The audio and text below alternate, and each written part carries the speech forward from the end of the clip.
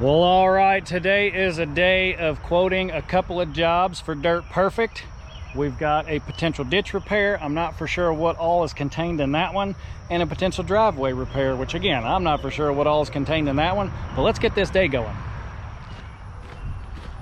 All right, well, here we are. I have met with the owners of the subdivision, the president, board members, etc. As you guys can see, we've got some issues here. But let's talk about what I believe we can do to fix this issue. There is a lot of water that comes through this bridge, embankment, land bridge, whatever you want to call it. It's an old school embankment. It was formed and poured. It goes obviously all the way to the other side, but the more key factor is that is an interstate. I'm sure you guys can hear those cars going by. So when that interstate was built, this highway was already here, and they've directed some water down here. And this is years ago. This water's been coming down through here for years, but it's now creating a problem. You can see where it's actually washing out the bottom of the embankment. There's a piece of rebar right over here. Typically you don't see exposed rebar, and it's coming down through here with some pretty good force, and it's hitting right here and swirling, and it's creating a pocket. This here is pretty easy to correct. And you see the ditch is way shallower here than it is there. So as we go down through here, you can see the root systems from the trees have done a decent job containing the dirt here. But as we get down through here, this ditch gets pretty darn erratic. We've got a corner here. A previous owner of this home here on the left tried to install a solid 8-inch pipe that is now buried up there. I believe that's what that screen is for. They were trying to get the water under the ditch, and it just was not enough volume to take the amount of water that comes down through this ditch off of that interstate. So as we come down through here, you start to see the pinball effect, and it hits that side and it hits this side. You can see the starting point is to the right. It's not straight. Then we've got another inlet here coming underneath of this individual's driveway. So we've got multiple water sources. Pipe's exposed, dirt's been washed off the top of it. We've got a gorgeous lake down here at the bottom that we'll look at here in just a minute. But all the dirt that they put on top of this pipe is gone. And it's all the way down at the end. And as you look down that ditch, you can really see the pinball effect. Well, that water hits that corner, and then ends up washing to the right, and it ends up washing on the right, pinballing back to the left, and it also gets deeper down there. So there's a multitude of issues that we have here, but I do believe this can be corrected. We've also got another source of water coming in on this right hand side. Luckily that pipe does not come all the way over. As we get down through here, another problem you're going to notice is you start to see these lovely guys. Good old crawfish. Again, pipe exposed. Oh, by the way, they went from 8-inch to 6-inch. Not for sure where that connection ever happened, but at some point in time, I'm sure it was connected. Again, tree roots doing a really good job holding this ditch in place. And as we get down through here, you can see it really starts to drop off and really starts to wash. And now to the crawfish that was mentioned a moment ago. Each of those used to be just a hole in the bank, like you see right there. What has happened is that water is etching it away from the underneath side. And as we get closer to that awesome lake, the crawfish holes get further and further and further out. And as you notice, the ditch is pretty skinny right up there. And then it starts to widen out as you start to see those crawfish holes, which is allowing this dirt to stay wet, because that water table is at the bottom of those holes. And when you get one of those gusher rains, it's going to come down through here, and this really soft dirt on these edges is just going to start eating out. This pipe, we're not for sure what it is. That's definitely going to be a set point. And as you get down through here, you can start to see these holes are getting further and further away from the ditch out to here. So eventually what's going to happen is, there's not as many on that side. Eventually what's going to happen is, where that pinball starts to go to the right, it's going to keep eroding that bank right there, and this thing is going to get really wide and not pleasable to this homeowner association / all the homeowners. You can see we've got some downspout pipes that come from the different homes that are here, trying to get their water all the way to the lake to mitigate the erosion that they would create by putting their water in the ditch. You can also see down here where they tried to fix the end erosion with a concrete pad, and ultimately what happened was the water took out the dirt right before the concrete pad and then started eroding behind, around the concrete pad instead of going over top. So all of that really awesome work and dirt that was done, well, now it's out there, and I'm sure this corner is shallower than it ever was before. Again, this is a gorgeous lake. I hate to see a ditch issue create issues in the lake. So now you might be asking, what are you gonna do to fix it? Well, I have an idea. I'm gonna run it by DP, but I'm gonna run it by you guys first. Tell me your thoughts. What do you think? The ditch doesn't need to be this wide at that depth. I believe if we come down here and we center line this ditch, get rid of this concrete, straighten it out. So essentially we're going to peel some dirt back at an angle, bring this elevation up. They'll have to drain, or I shouldn't say drain, lower the lake first so this will dry. But get that water down, get this drying, bring that elevation up a little with the dirt from the sides, and then lay this thing back on both sides roughly 3 feet from the center line. So 6 foot total width of ditch with a nice slope on it so it can be mowable, which ensures the head section at the top has more volume of water to grow before it picks up a whole lot of speed. And as we go down through here, you can see how straight lining that is going to work out quite well. Number one, we're going to get rid of some of these crawfish issues because we're going to lay this bank back, and it's going to run all the way up there to that corner. You can see little red there. To the right and then up a little further is where that first curve is in this ditch. That curve's going to have to stay, but from that curve all the way down to the lake, I believe we can straight line this, lay those banks back, give that water more volume to increase, and then we got to go up here at the curve and look at what we have on that top side to ensure that straightening this out and laying the edges back will actually work on this top side. I personally believe that's going to mitigate a few things. Yeah, you're still going to get the hard rains. Yes, you're still going to get potential for 5 or 6 inches of rain in an hour, but as that hard rain comes in, you're allowing that water to come up slower instead of being confined in a little area. This ditch is not very wide, so that is just picking up steam, picking up steam, picking up steam, picking up steam, and then boom, starting to blow that out down there at that bottom edge. So if we lay it all back, that water is still going to pick up steam, but as the elevation or the depth of the water grows, it's growing at a slow slope on the outside edge, which should slow down the erosion. As we get up here to this corner, you can really see it now. That's going to make a pretty nice straight line. Yes, it goes back and forth. We'll just take all that back and forth out of it and smooth it out straight, smooth it out straight. This is going to be the one spot that we cannot take out of it. We'd have to move this ditch all the way over there on the other side of that tree, in between the lawnmower and the tree, to straighten it out completely. So as we get to this point, this is going to be the point of maintenance. I do believe we can straighten it out. You can kind of see how the ditch starts to the right and then comes back left. So if we lay that back, we lay this back, we can straight line that all the way to this corner. And if we lay this back, that transfers that down a little bit into this area right here. And this area right here is where we can straight line it to the lake. To me, that's going to mitigate the maintenance areas and the maintenance issues, and it's going to focus those potential issues right here where we're at.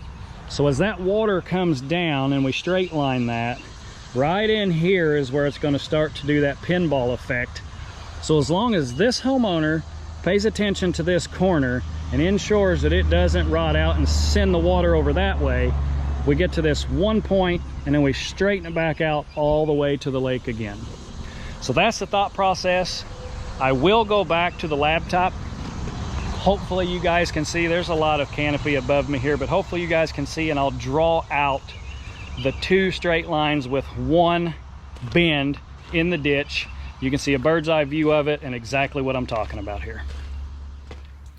Well, here we are at the ditch repair portion of this quote. I'm going to add the actual ditch for you guys. It comes in here, comes down really close to this house on the right. This is where the pinball effect starts, and it starts to do some pretty crazy stuff down through here. It gets really squirrely, and as you can see, it starts to widen out down towards this bottom. So that orange line there is the current ditch way, and as you guys saw from the boots on the ground approach, that pinball effect happens rather quick. So what I would like to do, and what DP has confirmed will work quite well, is to straighten this ditch out and have 1 point of which the force of water, we're going to draw this out, call this straight line ditch. DP has confirmed that right here in this area is the only option we have to straighten this ditch out. It's not going to get any straighter. As you guys can see from this view, we would have to come from here and essentially take it through this house to get a straight line, a perfectly straight line. But again, the water is coming off of I-64, coming down the ditches and coming under the road. So we would still have a point of impact here. So essentially, if we reduce this down to 1 point of impact down here right beside this residence, the individual that lives here has stated he keeps an eye on this ditch anyway on his side and is frequently renovating the ditch, if you will, to keep the wash from happening as severe. So that would be step number 1, is straight line this ditch as best as we can. Step number 2, if you guys can envision, I'll have to zoom in on this to draw it out any closer, but if we can create a 2 to 3 foot, probably closer to 2, but a 2 foot flat bottom in this ditch. I got to go a little bit beyond that. And again, keep that as straight as we can. And please also understand, this may end up closer to the left-hand side of the ditch. I'll show you that here. This may end up creeping further left into this area, which would allow us to stay further left through all of this area. But to give you guys a bird's eye view visual, if we can keep a 2 foot flat bottom and then, oh shoot, I hit the button at the wrong time, and then come back up in here and lay an angle out from that 2 foot. So essentially add another 2 feet to the outside edge of this ditch that would have a pitch to it down to the flat bottom. I'll give you that visual here in a minute also. Call this one outside edge. Do the same thing on the other side. So essentially we would have 4 straight lines by the time we were done with this ditch. You would have the 2 straight lines for the 2 foot width on the bottom, and you would have the 2 straight lines for the 6 foot width on top. Now, when I say 6 foot width, from here to here, because we would create an angle a 2 foot flat. Oh, that's horrible. That was a horrible angle. Let's not save that. Let's draw it over here in his gravel so you guys can see it a little bit better. And I'm going to glorify this angle. If we can put a slope, a 2 foot flat, and a slope so that from right here to right here is 6 feet. And as you guys can tell, it's kind of hard to draw the angles perfectly. And I know up in the top left-hand corner, it says 38.58 feet. But to make that a large image for you guys to see, this would be in the engineering world, I would call this a cross section, which essentially is taking the ditch in this area, chopping it in half, and then rotating it up so you can see the end of the shape. So you guys can see that shape there. Slope a ditch, slope the outside bank, flatten out the bottom, slope the outside bank, and this top dimension being 6 foot from outside to outside, which essentially means this property owner is going to lose some yard, this property owner is going to lose some yard, but it mitigates when that water comes down through here and starts hitting these banks and going back and forth like the crosshair is doing now. That's the pinball effect that I was trying to explain to you guys, because once that water hits this corner, it's going to bounce across and hit this side, and then it's going to bounce back across and hit this side. And as you get down through here, if I take those lines back off, you can kind of see that that's what this ditch has done over the years. So if we straight line it and get it down to one point of impact, that water's going to hit right in here, and then it's going to come back across. But if you lay these outside edges back on a slope, what that allows the water to do that's running in the center point where you see the crosshair now, as the water elevation increases, the depth increases, it gives it a bank to come up on much slower, so the speed of the water should be slower as it decels in elevation to get to this pond. Because if you remember correctly, this elevation is higher than this elevation, or the ditch wouldn't work at all. So hopefully that gives you guys a good explanation of how we're going to repair this ditch. And just so everyone is aware, we have been awarded this job. I'm not for sure that we'll get to it in the year of 2023 because we are booked pretty darn solid. But the year 2024, we're going to get this job in as quickly as we can, as every rain that we get and winter freeze and thaw is going to be hard on this ditch, and the ditch is just consistently going to get worse. And we do have some set points on depth down here in this bottom. You guys saw that white pipe coming across right about in this area here. So we do have some things we have to be careful with, and it may come down to, as we widen the ditch out from the top side, we transfer that dirt down here with the skid steer to the bottom side and fill up the bottom to reduce some of the elevation, which will also slow this water down. Hopefully that gives you guys a great bird's eye view of what we're going to do here. And we are on to the next job site, which is a driveway repair.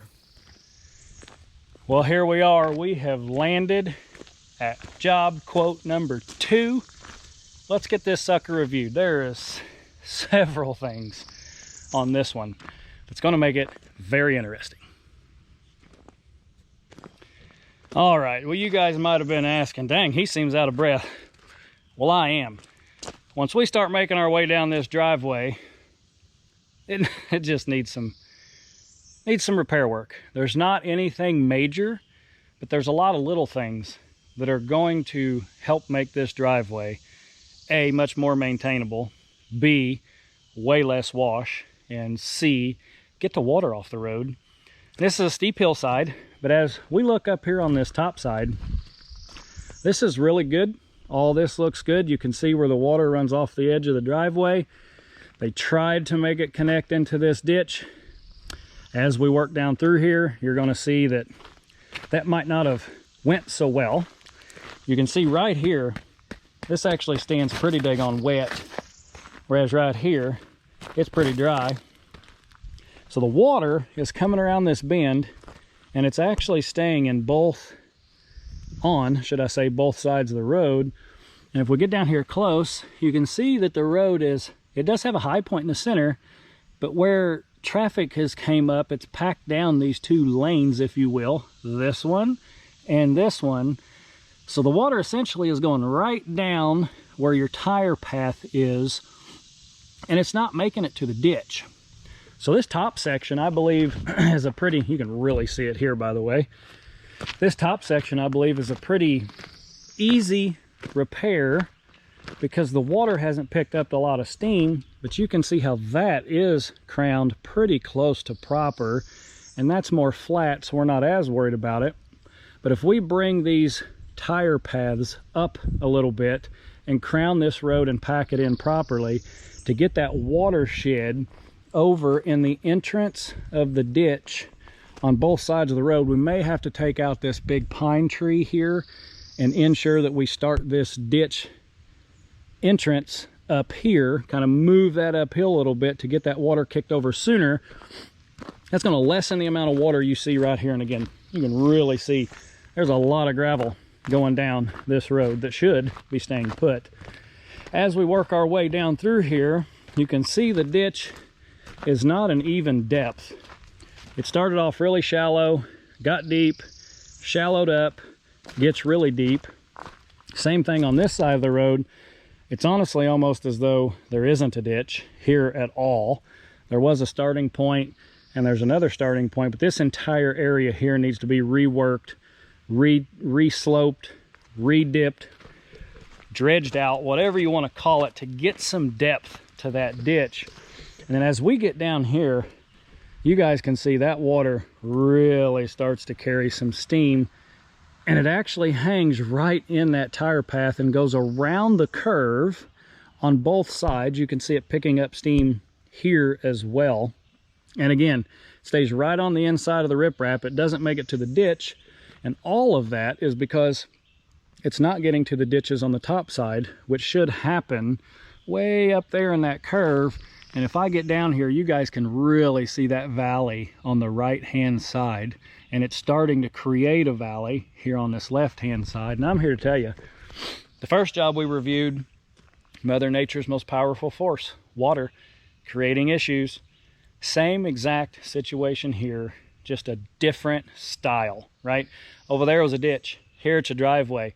This is the access to this home that is over here in the woods, and it's a very steep access. So having something that washes constantly is not in their best of interest. You can see where it actually starts to erode all of the, not just the rock, but the base content in which this rock, or in which this driveway was made out of. You can see the same thing here, starting to pick up some major steam, starting to erode, and then, oh boy, we start to get 6 and 8 inches deep. It has now created its own ditch. Water is going to take the path of least resistance. You can see the right-hand side gets really deep, really etched in. So if we can go all the way back up there, as mentioned, get that water kicked off of this driveway on both sides, and maybe even install a culvert pipe up there to ensure that any water that doesn't make it all the way down from this corner and over, it does make it to this main ditch. This ditch is deeper, it is more established. If we can kick some of that water over here, it may mitigate the concerns that we have about the water not getting into that ditch all the way up there. So just envision a pipe coming across that driveway that ensures that that water that doesn't really like to go in the ditch because of how it all falls in, gets kicked over to this main ditch. We can carry it down this left-hand side. As we get down through here, you'll start to notice that it not only erodes the rock next to the ditch, opposed to in the ditch, it starts to pile up some rock, and then it jumps out again, starts taking this rock away, and then it kicks back over and starts eroding again. This ditch that the water has created comes down through here, started to pile up the rock over here, and then the rock said, hey, I'm going to create a nice little dam here, and instead of you having this escape, well, I'm going to go back to the driveway again and go all the way down there to where both ditches actually run together. We'll get closer to that and start to shoot off the road there. But one of the things I want to point out here, I don't know how well you guys can tell this on camera, but you see little red down there. In the shadows, it's actually a hump, and then the driveway actually dips down right in here, which is why the water didn't go any further towards Little Red, and it decided to shoot off to the right hand side of the road because there's a nice little valley there. So essentially on the upslope side, it says, hey, I'm solid, I'm going to create a dam, you have to go that way. So essentially fixing the problem up at the top, reworking all this area, grading it out, packing it in, getting some new rock on top that is crowned properly, meaning the center point is higher than both edges, packing it in with the vibratory roller, reworking the left ditch, reworking the right ditch, potentially installing a culvert up there will ensure that this water does not have the ability to pick up steam and just go faster, faster, faster, faster until it finds an escape path. I assure you, if we go right down there where that shoots to the right-hand side of the road, I know I called it left earlier, but now we're facing a different direction. You get down in the woods, and I guarantee you there's an eroded ditch down there that gets worse and worse and worse. But it does prove to us that that is a natural escape for the water that comes off this hillside. I mention that because we're talking about putting a culvert pipe in up there at the top side to divert the water to the deeper ditch. Well, we don't want to overcrowd that ditch with water. So if we send extra water to that side, as we get down there, seeing there's a natural escape, that may be a really good point right almost straight down from that little bitty evergreen tree. I don't want to call it a cedar, but right there, I think is where it's at. Putting another culvert in to take that natural pathway of this water and then alleviate some of that water that we've put in that ditch, get it over here in the woods where the tree roots, the undergrowth, and all of that stuff is going to help maintain and keep erosion from happening. Whereas over here, we're relying on all man-made stuff, gravel, packed in properly, etc., etc. Down over there, we have Mother Nature to our benefit. Mother Nature does a really good job of controlling erosion because she has to, right? But you guys can see this gets really deep down through here, and it actually starts to get down to some solid rock at some point. That's more clay-based stuff, but if you look at this ditch over here, get right down in there and it turns into solid rock. So we do have a set point that we can't take it any deeper, which also means the capacity of our ditch is only going to hold so much water before it even jumps the riprap here on the side. Starts to pile up rock again, and right down here you guys can see where the rock decided, I'm going this way because that picks back up, and lo and behold, what do we have? Someone put some riprap in, they tried to build a berm, and some of this might be from just water itself, and it cut through. The water said, I don't care what you do, I'm going this way. And look at that beautiful ditch down through there. Takes the water around, and that's dirt, very little erosion because of what Mother Nature is doing. So I believe if we put in a second culvert here to mitigate some of the water that's going to go down through there and give it an escape path into this ditch, is going to alleviate some future problems. So all that explanation, oh, by the way, it escaped there, but this side it really decided to come on down and start washing out again down there for a natural escape. So if we transfer that over and then kick it across, all of this should hold way better than it did before. Now, we had all that explanation, and I mentioned a hump down here. If we bring this driveway up, that also makes the ditch deeper. If this driveway did not have this belly in it right here, and it runs from where that washout is, just above it, it bellies out to about this point right here. If we can bring this up a foot-ish, that's going to also help slow down all of that water that may not make it to the ditch, because you will have rainwater hit this driveway and naturally carry downhill. So you have all the explanation. What does that look like for a quote? That looks like a John Deere 120 with a tilt bucket, a skid steer to move some rock around, and the vibratory roller. I think those three pieces of equipment would work very well here. I think this job is probably going to take close to 5 days because there's just a lot of little stuff. Step number one, personally, I think would be get this ditch straightened up, get the riprap placed up on the bank so we can dish that ditch out, get it as deep as we can, put the riprap back in, build this driveway up. While we're building the driveway up, probably before we put the riprap in, get the culverts installed, get everything established, get everything packed in place, and then come back and top this with the proper rock to crown it, to ensure that the water goes left and right instead of down both sides and not in the middle.